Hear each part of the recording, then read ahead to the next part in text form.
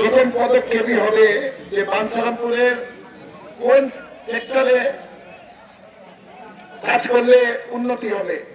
তো আমার নলেজে যেটা আছে সেটা হচ্ছে সর্বপ্রথম যেটা আমাদের দৃষ্টি আকর্ষণ করা দরকার সেটা হচ্ছে আমাদের ২,৫০০ এবং বাঞ্ছারামপুরকে যুক্ত করার জন্য ফেরির পরিবর্তে একটি ব্রিজ, এবং এই ব্রিজটা হলে আমাদের যাতায়াত ব্যবস্থার উন্নতি হবে, যেটা থেকে আমাদের ইন্ডাস্ট্রিয়াল ডেভেলপমেন্ট হবে। আমাদের পাশের এলাকা ২,৫০০ নরসিংদী প্রচুর ইন্ডাস্ট্রি পাশে, শুধু আমাদের যাতায়াত ব্যবস্থা ভালো না থাকার কারণে আমরা পিছিয়ে আছি। ইনশাল্লাহ এই যাতায়াত ব্যবস্থা যেন ভালো হয় সেটাই আমার প্রথম পদক্ষেপ, এবং পরবর্তীতে আমি নিজে এবং অন্যান্য আমার যে পরিচিত উদ্যোক্তা আছে তাদেরকে এনে বিনিয়োগ করিয়ে এখানে একটা ইন্ডাস্ট্রিয়াল জোন করব, যেন এখানকার লোকজন বেকারত্বে থেকে উদ্ধার পায়।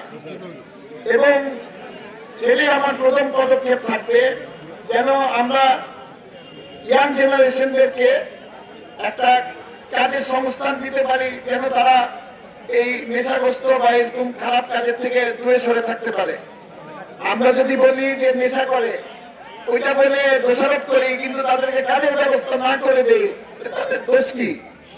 আমাদের চেষ্টা থাকবে যে তাদেরকে এগুলি থেকে বের করে নিয়ে আসা, কাজের সংস্থান ব্যবস্থা করা, এবং মাদক দ্রব্যের বিরুদ্ধে জিরো টলারেন্স রাখা, যেন এগুলি এলাকায় না ঢুকতে পারে। শিক্ষা ব্যবস্থাও আমি কঠোরভাবে নজর রাখবো, যেন এটা বিপুল উন্নতি হয়। বৃত্তির ব্যবস্থা করব, ছাত্ররা যেন উৎসাহিত হয়। বিভিন্ন রকম স্পোর্টস রাখবো, খেলাধুলা রাখবো ছাত্রদের জন্য, যেন তারা লেখাপড়ার সাথে সর্বরকম আনন্দ পায়।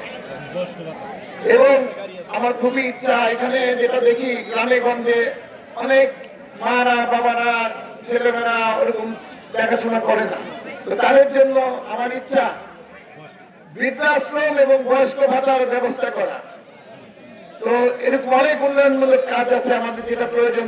রাস্তা প্রশস্ত করা, রাস্তাগুলো সরু, ওগুলি প্রশস্ত করা, যেন বাণিজ্যিক ব্যবস্থা উন্নতি হয়।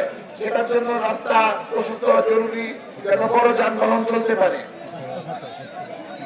স্বাস্থ্যের উন্নতিও করা দরকার, এবং আমার সর্বোচ্চ চেষ্টা থাকবে স্বাস্থ্য সেক্টরের সর্বরকম উন্নতি করা, এবং মহিলাদের যেন সর্বরকম সুযোগ থাকে লেখাপড়া করার, মেয়েদের এবং সেটার দিকে আমার চেষ্টা থাকবে। এবং মহিলাদের সিকিউরিটি যেন দেওয়া হয়, সেটাও আমার চেষ্টা থাকবে।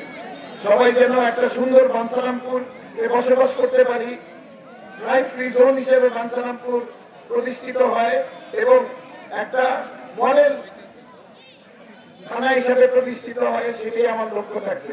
সবাই দোয়া করবেন। আসসালামু আলাইকুম।